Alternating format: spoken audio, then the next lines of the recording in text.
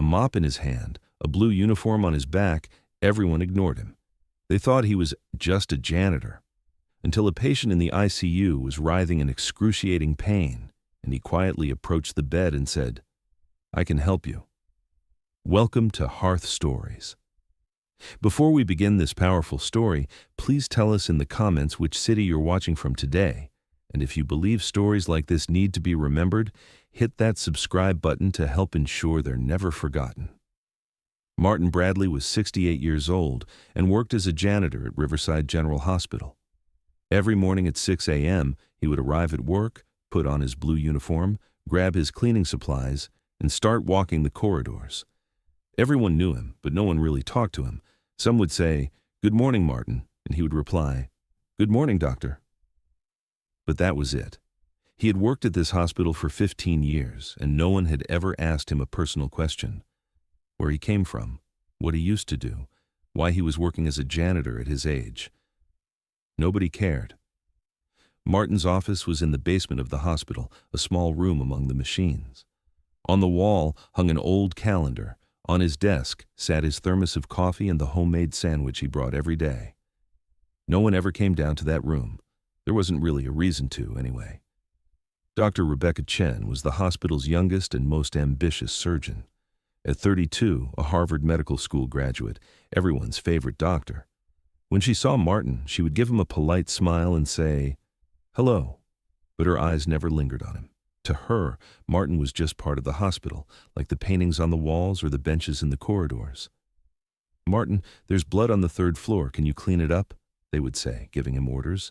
And he would respond, "Of course, doctor. I'll take care of it right away." He never complained, never was late. But Martin's eyes saw everything. Which doctor was stressed, which nurse was tired, which patient was in pain. He noticed it all. He just didn't speak. One day, passing by Dr. Chen, he had seen her crying, in the break room, in a moment when she thought no one could see her. Martin had stopped wanting to help her, but then gave up. He remembered he was just a janitor. That night the hospital was quieter than usual. The night shift was smaller, the corridors more silent. Martin was making his final rounds. As he passed by the ICU, he heard voices from inside. "Pulse is dropping. Blood pressure critical. Call Dr. Chen now." Martin stopped. He had heard these sounds many times before, but this time was different. There was panic in the voices, real fear. Looking inside, he saw a man in his mid-40s writhing in the bed. 2 nurses were with him, but both were young and inexperienced. There was no senior doctor on the night shift. "Dr. Chen isn't answering her phone. Dr. Martinez is in surgery. What do we do?" The patient's face was beginning to turn blue. The numbers on the monitors were alarming. Martin stood at the door, watching what was happening. Pain. So much pain. The patient was mumbling. One of the nurses, Jessica, was trying to talk on the phone. "Dr. Chen, please come urgently. Mr. Williams is having complications." But Dr. Chen was outside the hospital. It would take at least 20 minutes for her to arrive. The patient, however, was getting worse by the second. Martin took another step closer. The nurses hadn't even noticed him. Because he was just a janitor, he was invisible. That's when, as the patient was writhing in excruciating pain in the ICU, Martin quietly approached the bed and said, "I can help you." When Jessica turned her head, she saw Martin. For a moment, she didn't understand what he had said. "Excuse me?" "I can help your patient," Martin said, this time more clearly.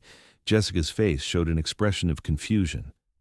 "Martin, this really isn't time for cleaning. Please, ... Not for cleaning," Martin said calmly. "For medical help." The other nurse, Amanda, whispered in Jessica's ear, "What is this janitor talking about?" But Martin was looking at the man's condition. Pulse rapid and irregular, face pale, sweaty, classic myocardial infarction symptoms. But there was something else.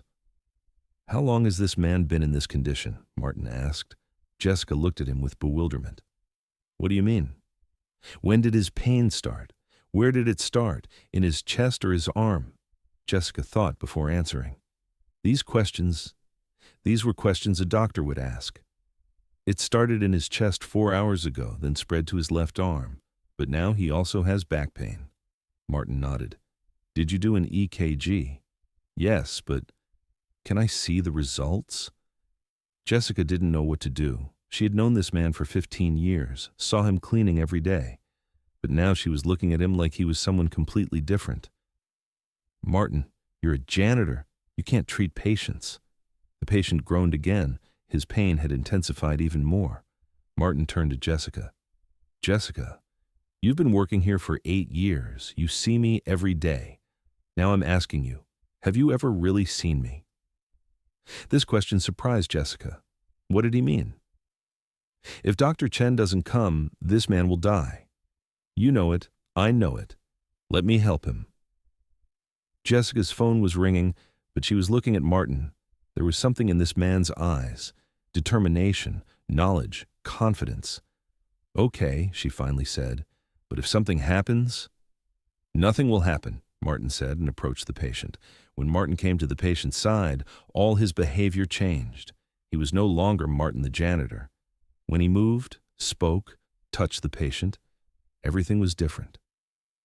What's your name? He asked the patient, his voice calm but authoritative. Robert Williams. Robert, I'm Dr. Martin Bradley. I'm going to take care of you. How severe is your pain from 1 to 10? Jessica froze. Dr. Martin Bradley? But Martin didn't pay attention to her. He was focused on Robert. 9, maybe 10. Robert groaned. Martin checked his pulse. His touch was professional, his fingers positioned perfectly. This was the hand of someone who had been a doctor for 35 years. Jessica, I'm going to tell you what I need. You need to be fast. Martin, are you really a doctor? Bring me the EKG results. Find a nitroglycerin ampule and morphine. Prepare 2 milligrams of morphine. Jessica's mind was confused, but the patient's condition was critical, and there was no other option. She ran to get the medications. Martin looked at the EKG results. Inferior MI, he murmured. There's ST elevation. Could be an occlusion in the RCA. These terms, Jessica only heard these from doctors' mouths. Give the morphine, Martin said, slowly through the 4th. Jessica prepared the injection. Her hands were trembling. Stay calm, Martin said. You're a good nurse. You can do this. As soon as the morphine was given, the expression of pain on Robert's face began to ease. Now, nitroglycerin, under the tongue. Jessica administered the medication. Martin checked the patient's pulse again. Good. The pulse is starting to regulate. How's your pain, Robert? A little better. Martin turned to Jessica. Now we're going to request a cardiology consultation. This man needs angioplasty within 6 hours. Cardiology? But you? Jessica, Martin said, his voice still calm but determined. I've been working here for 15 years. I walk these corridors every day. Have you ever wondered why I'm here? Jessica looked at him. She really had never wondered. What did you do before? Jessica asked, her voice carrying a mixture of curiosity and fear. Martin checked Robert's condition again. The patient now looked more stable. Martin began, then stopped. It felt strange to tell the truth. He hadn't told anyone for 15 years. I was a cardiothoracic surgeon for 35 years. I started at Johns Hopkins, then worked at Mayo Clinic. I spent my last 15 years here too. I was assistant chief of staff. Jessica's mouth fell open. What, you were a doctor here? Until 2010. Then Martin stopped. This part was still hard to tell. Then what happened? My wife, Sarah, she contracted a very rare disease, Huntington's. After I lost her, everything started to feel meaningless. Doctoring, prestige, money, none of it could bring her back. Jessica listened quietly. Amanda had also approached and was listening. I resigned, sold my house. My wife always used to say, the most beautiful way to help people is to see them. When I was a doctor, I didn't really see my patients. I only saw their diseases. But why did you become a janitor? Because as a janitor, I can really see people. Who's tired, who's sad, who's scared. I can see all of them, and when necessary, I can help, Robert murmured. Doctor? Thank you. Martin smiled at him. You're welcome, Robert. You're going to be fine. Just then, the emergency room doors opened and Dr. Chen ran in. What happened? Jessica, how's the patient? Jessica didn't know what to say. Dr. Chen, Martin? I mean, he... Dr. Chen noticed Martin. Martin, what are you doing here? You shouldn't be in the patient room. Dr. Chen, Jessica said. Martin helped the patient. He's a doctor. Dr. Chen looked at Martin with bewilderment. What do you mean he's a doctor? Martin stood up. He realized he was the same height as Dr. Chen. For 15 years, he had always hunched over, trying to appear smaller. Dr. Chen, I'm Dr. Martin Bradley. I worked in the cardiothoracic surgery department at this hospital until 2010. The expression on Dr. Chen's face changed from bewilderment to disbelief. You're Dr. Bradley? But you're a janitor. This patient has definitely had an inferior MI. There's ST elevation. I gave him morphine and nitroglycerin. He's stable, but needs angioplasty within 6 hours. Dr. Chen looked at the patient's file, examined the EKG results. Martin's diagnosis was perfect. This is impossible. You've been a janitor here for 15 years. Yes, and 15 years ago, I was the head of the surgical department at this hospital. Dr. Chen was holding her phone. She didn't know what to do. I want you to prove it, she finally said. Martin pulled out an old leather wallet from his pocket. He took out a yellowed card and handed it to Dr. Chen.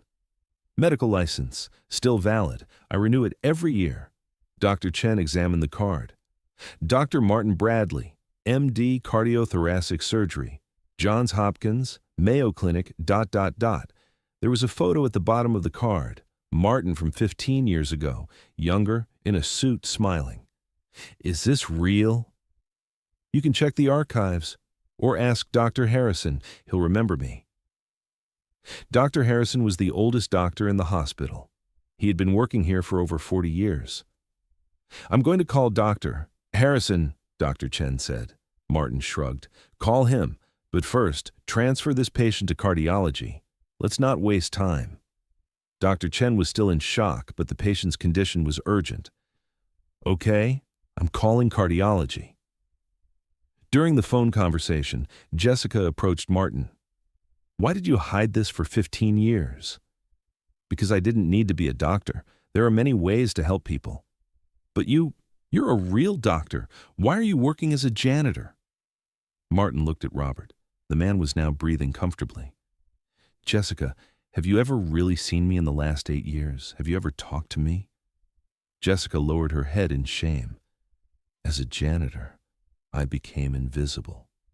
And when I was invisible, I could see people better. When you're stressed, when Dr. Chen cried, when Amanda was afraid of becoming a mother, I could see all of it. How do you know Dr. Chen cried? 2 weeks ago in the break room, she had lost a difficult surgery. No one saw her. I saw her. Dr. Chen hung up the phone and immediately called Dr. Harrison. Doctor? Harrison, I need to ask you about Dr. Martin Bradley. Yes, who worked in cardiothoracic surgery here. What? Really? Dr. Chen's expression was changing. Yes, I understand. One of the best surgeons, he resigned. His wife passed away. Okay, thank you. When she hung up, she looked at Martin with different eyes. Dr. Harrison remembers you. You really were one of the best surgeons at this hospital. He called you Golden Hands. Martin smiled. Dr. Harrison exaggerates. He says you never lost a patient in 15 years. Every doctor loses patients, Dr. Chen. I was lucky. Why did you resign? Martin's face darkened. My wife, Sarah, I couldn't help her. All my medical knowledge, all my experience, none of it worked. After she died, everything felt meaningless. Dr. Chen listened quietly. Then I became a janitor. I started helping people in a different way. Maybe I couldn't perform surgery, but I could clean. Maybe I couldn't write prescriptions, but I could provide security. But your talents... My talents are still here, Martin said, pointing to Robert. I use them when necessary. The next day, news had spread throughout the hospital. That janitor Martin was actually Dr. Martin Bradley, that he had performed life-saving intervention on a patient. The hospital director, Dr. Williams, called Martin to his office. Dr. Bradley, or should I call you Martin? Martin is fine. Martin, after what happened, I need to talk to you. You used to work here as a doctor. 15 years ago, now I'm a janitor. But what you did last night? Last night I helped a human being, not as a janitor, but as a human. Dr. Williams was confused. Martin, you're still a licensed doctor. Why did you hide this job? Because I don't want to work as a doctor. I'm happy as a janitor. But your talents. Dr. Williams, I was a doctor for 35 years. Now I've been a janitor for 15 years. I love both. But as a janitor, I can touch more people. Dr. Williams didn't understand. As a doctor, I only saw patients. As a janitor, I see people. A week later, Martin was walking the same corridors again. Blue uniform, mop, thermos coffee. Everything was the same. But nothing was the same anymore. Dr. Chen stopped as she passed by. Good morning, Doctor. Martin. Good morning, Dr. Chen. How are you? Good. Better. This time, Dr. Chen really wanted to talk to him. Martin, I had a difficult surgery last night. It was unsuccessful. Martin put down his mop and turned to her. Do you want to talk about it? In the corridor, next to the mop and stethoscope, two doctors began to talk. Jessica was watching them from a distance. She now looked at Martin with different eyes. He wasn't just a janitor. He wasn't just a doctor either. He was both. Amanda came up to her. Isn't it strange? He's been here for 15 years and we never saw him. Maybe we didn't want to see, Jessica said. Martin's thermos coffee was still on the same table. He still brought his sandwich from home, but he no longer ate alone. Dr. Chen, Jessica, Amanda, even Dr. Harrison would come and talk to him from time to time. Martin, Dr. Chen said one day, have you ever thought about coming back as a doctor? Martin smiled. I'm already a doctor, Dr. Chen. I just take care of different kinds of patients. What do you mean? You perform surgery. I clean lives. You give medicine. I give hope. We both heal, just with different methods. When Robert Williams was discharged, he came to see Martin. Dr. Martin, thank you if it weren't for you. You're welcome, Robert. How are you? Great. I'm spending more time with my family. My doctors say my heart surgery was very successful. Martin smiled at him. You're a strong man, Robert. Keep it up. As Robert left, Jessica asked Martin, don't you ever regret it? Not being able to go back to being a doctor? Martin looked at the corridors. Patients, nurses, doctors. He could see them all now. Jessica, I never stopped being a doctor. I just continued being a doctor in a different way. Martin Bradley still works as a janitor at Riverside General Hospital. He has his blue uniform, his mop, his thermos coffee. But he's no longer invisible. Now everyone sees him, not just as a janitor, but also as doctor. Martin. But most importantly, they see him as a human being. Now, young doctors ask him for advice, nurses confide in him, patients welcome him with trust. And Martin? He's still the same Martin. He just doesn't hide anymore. Because sometimes the greatest power isn't in being invisible, but in choosing to be seen. Now I ask you, have you ever really looked at the invisible people around you? Janitors, cleaning staff, security. Have you ever wondered about their stories? Share their stories in the comments. Tell us which city you're watching from. Because at Hearth Stories, we believe that every person has a story, and sometimes the most beautiful stories are hidden in the most ordinary-looking people. Thank you for watching. If this story moved you, subscribe and share. Help ensure stories like this are remembered. Until we meet in the next story. And remember, real heroes are never exactly what they appear to be.